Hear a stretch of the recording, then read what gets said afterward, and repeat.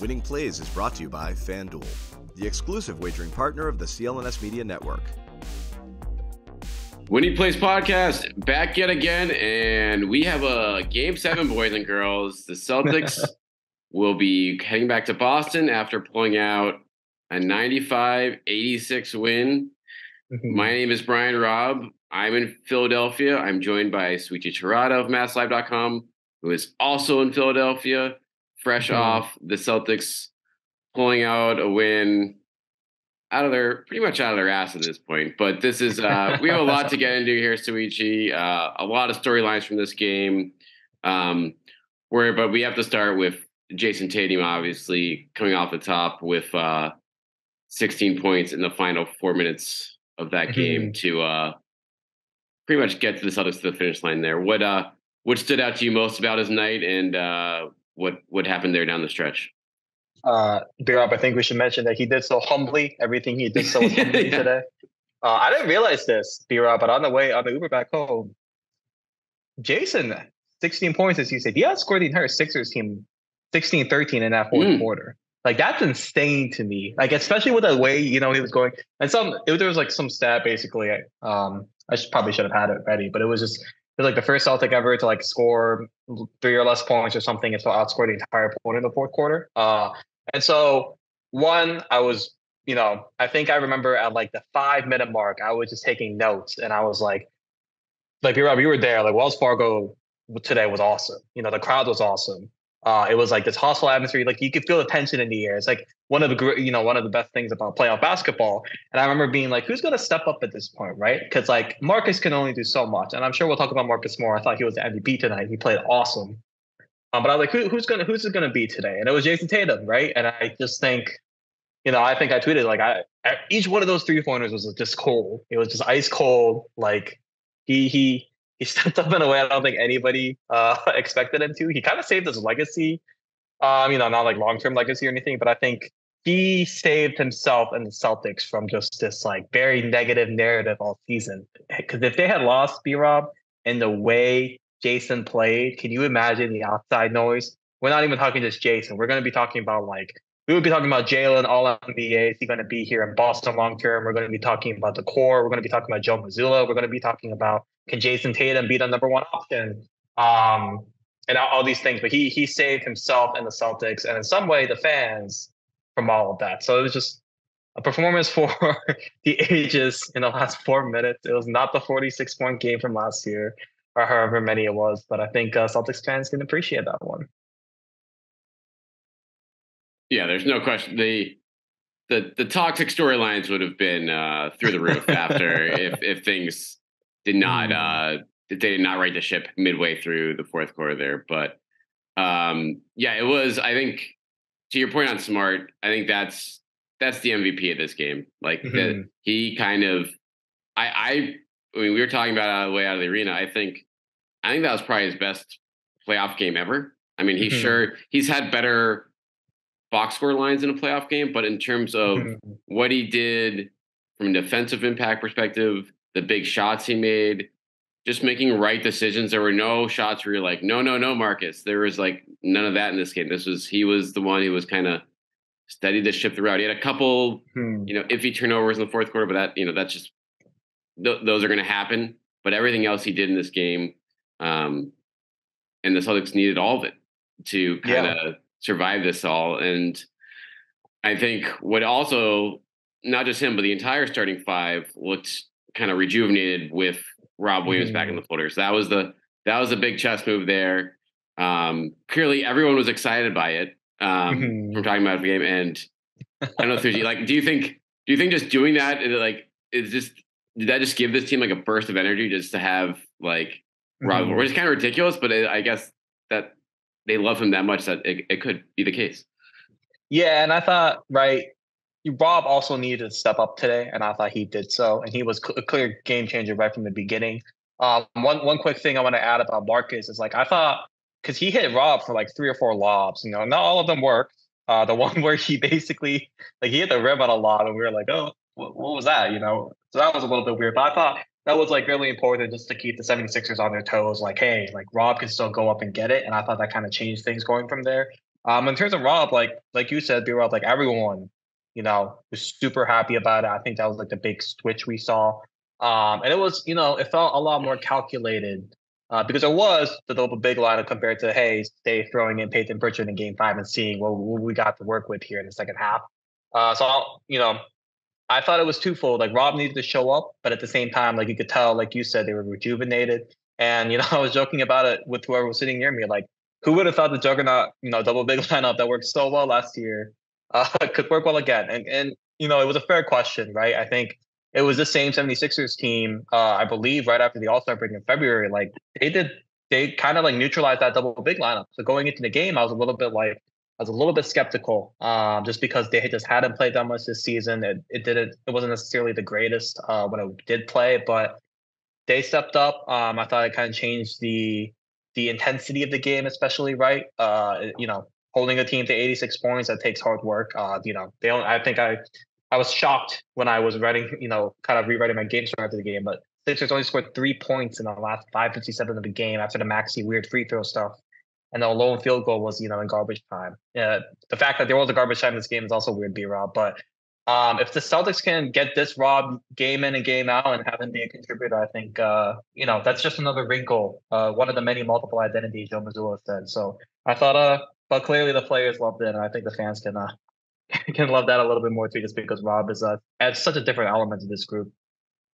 Yeah, he finished 10 points, 9 rebounds, 28 minutes, team high, plus 18 in those 28 minutes.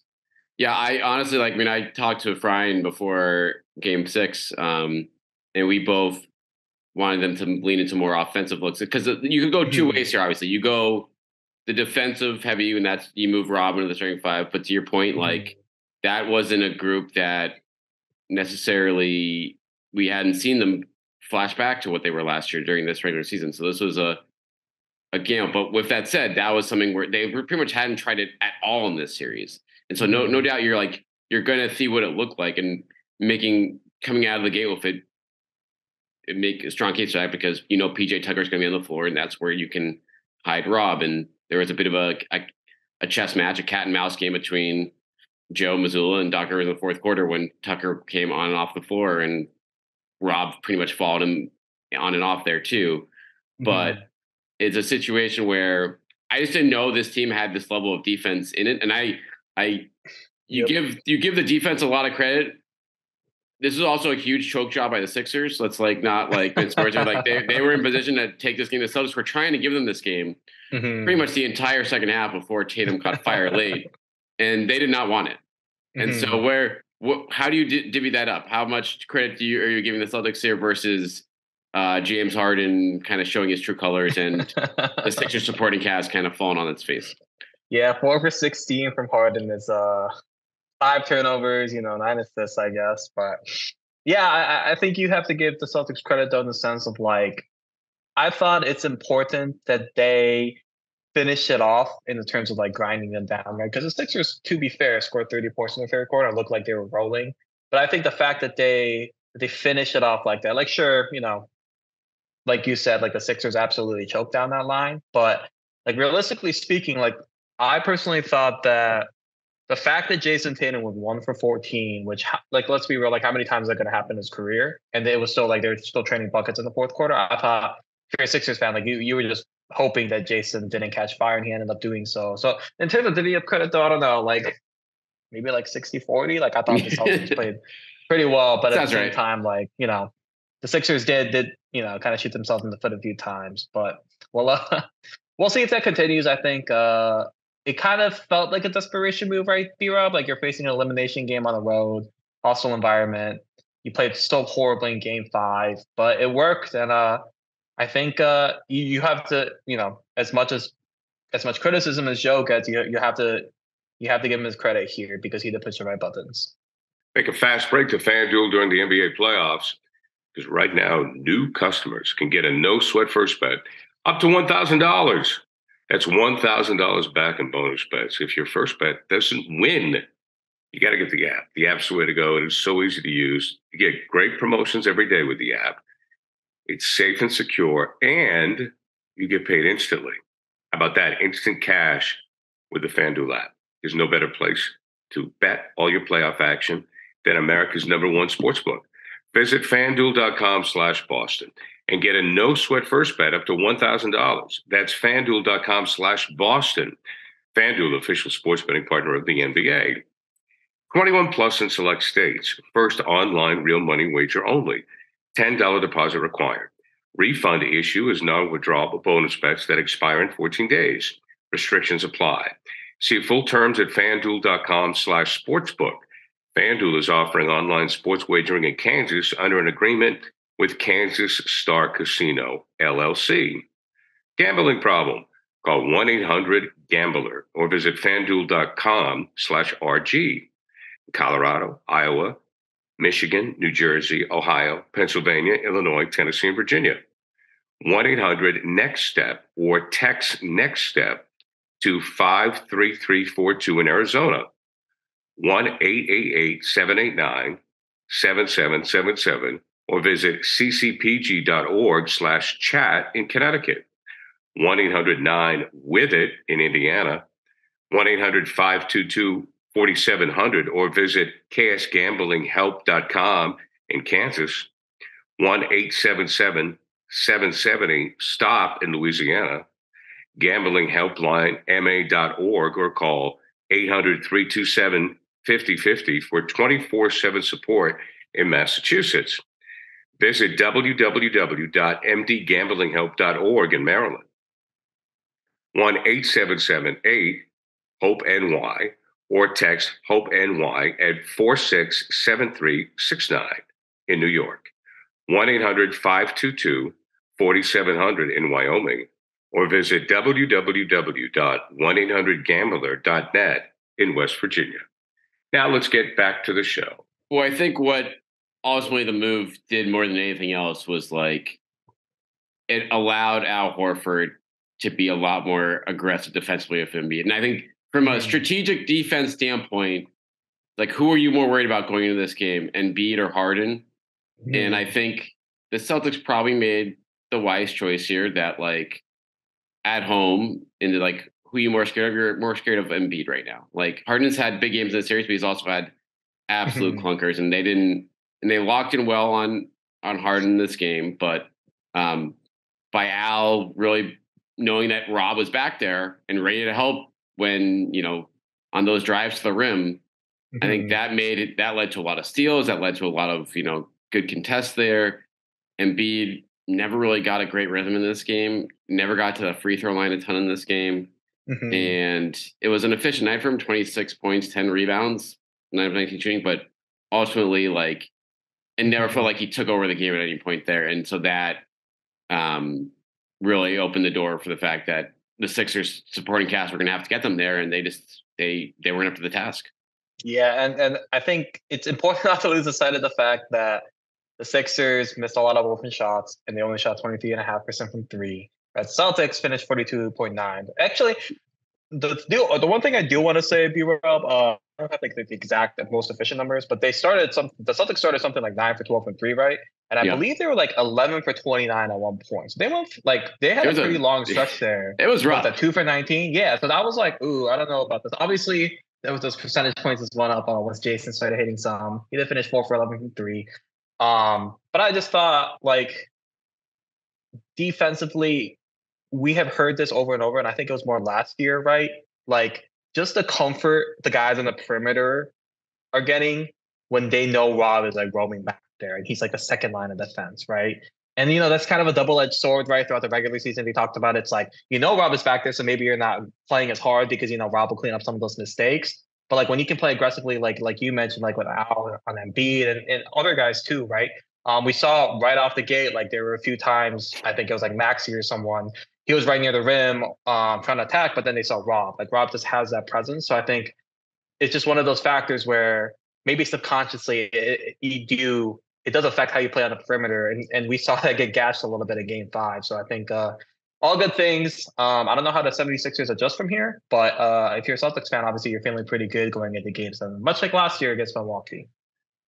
Yeah, I mean, when you survive a 5 for 21 night for Tatum, and you're going back to your home court, you're obviously feeling good. Al Horford obviously he had a great defense tonight, but only 1 of 5. You got nothing from him offensively as well. You got great nights from Marcus. You got a great night from Malcolm Brogdon. The 4 turnovers. I mean, turnovers were a huge problem all night, but he hit his threes early. Derek White hit his threes early. Like those guards really, built that lead and got them, and did a pretty good defensive job on Harden. And even Maxey had a pretty good night overall, but he never got fully cut loose. But you're right. Like, what do you do if you're Doc Rivers right now going back here? He played, 9 guys off the bench, real minutes. McDaniels is still not playing. Daniel House, you didn't get the huge big night from a random guy on the bench this time. And I think expecting that in game 7, it's just like you're on thin ice if you're the Sixers here. Yeah, I mean, for example, like Melton went 0-5, 0-4 from 3. Remember how he lit up game 1 in the first half? And we were like, oh, okay, this is I think that was right when you were like, oh, this might be a much longer series if they're going to keep shooting like that. And I don't know, B-Rob, I like obviously the kneeing for Tucker kind of adjustment worked for a little bit there. But like, hey, I just, like you said, like you need that kind of random game, I feel like. Like Daniel House was obviously awesome last game in game 5, but that he only played 7.5 minutes and you're kind of like, okay, he doesn't have as much juice as you expect. So I think it's like you just need like a better night from like Tobias or someone. I do want to point out. I didn't realize how bad he was. 1 of 7. I don't know. Tobias is one of those guys. Like he's obviously gonna like add a little bit, but I feel like he's just been he's felt a little bit more invisible this series than I expected. In that regard. So, but I just want to say like Maxey has been way more impressive this series to me, and I hear he's a great guy from a few Sixers writers, so I like that. But I thought this was kind of a matchup like nightmare for him, just like because obviously he's a very quick guy, but like against the Celtics earlier this season, like he struggled against some of these beefier guards, but he's been able to use that speed while he had that wide open dunk. I think like midway through the 3rd quarter, when I was like, oh, okay, Celtics might be in trouble here. So it obviously worked out, but like you said, I don't know what adjustments you make if you're the Sixers. And to be fair, Doc, I think hasn't been doing like a terrible job this series. But we'll see. We'll see if he has any left to fix up history. And I think that's like a luxury for the Celtics, right? Like, remember last season we were talking during the finals, I remember, and we were like, what adjustment does Ime make here? And I think it was something like play Peyton Pritchard a little bit more, and he kind of ended up doing that in like game, I want to say like 6 or something. That's a luxury for the Celtics. Like, you're only going 7 deep, but when you can put out a guy like Robb and he can make that kind of impact, like once again, it comes back to the fact that this is a very talented roster. It's a very deep roster, and when you can have those options, right? Like we always say, it's all about matchups. Like maybe Robb isn't, maybe you can throw Robb out there and he can contribute. So it's just one of those things where you're like, okay, you feel good going to game 7, but as we talked about B-Rob, like you never know with this team, I feel like, right? We said the same thing in game 5.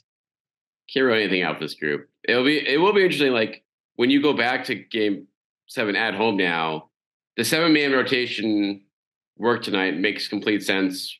That those are clearly your 7 best players, and you're going against a hostile environment with the shift in your starting 5, so they rolled with that.